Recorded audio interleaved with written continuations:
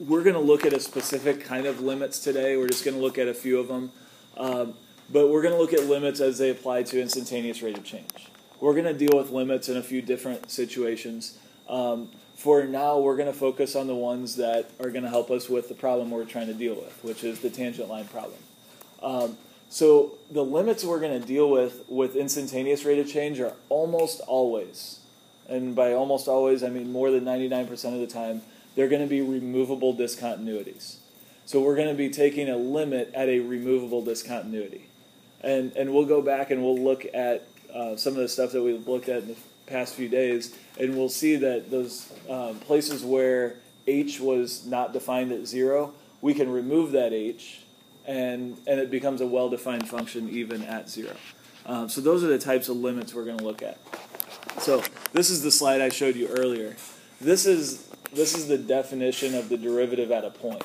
So if we want to know the slope of a tangent line f of x at a point a comma f of a, so we just pick some x value and then get the y value from the function.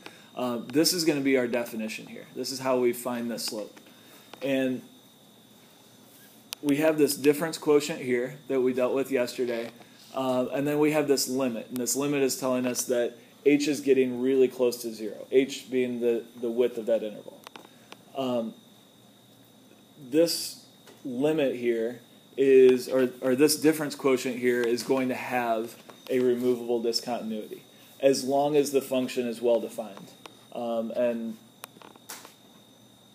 this, well, we'll talk about what a well-defined function is later. We'll define well-defined later.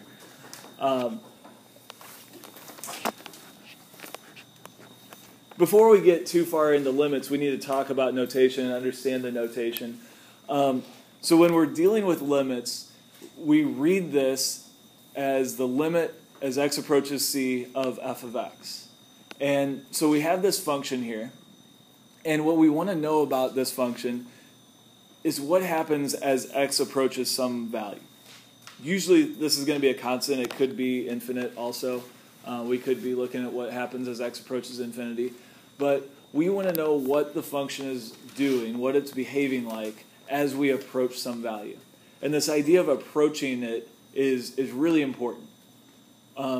Everything we've done in the past, in all of our math classes, we solve for things at a point or at a specific time. Now we're going to be looking as we approach it because we can't be at a point. Particularly, we can't find a slope when the 2 points are on top of each other. So we have to allow those 2 points to approach each other. So to deal with the tangent line problem, we're going to approach an interval width of 0 rather than just saying the interval has a width of 0. And that's what's going to allow us to solve that problem. You might also see this notation from time to time. What this is saying is the function approaches some value L. So what we're saying here is that this limit in this first one is equal to L. So the function approaches this limiting value as x approaches c.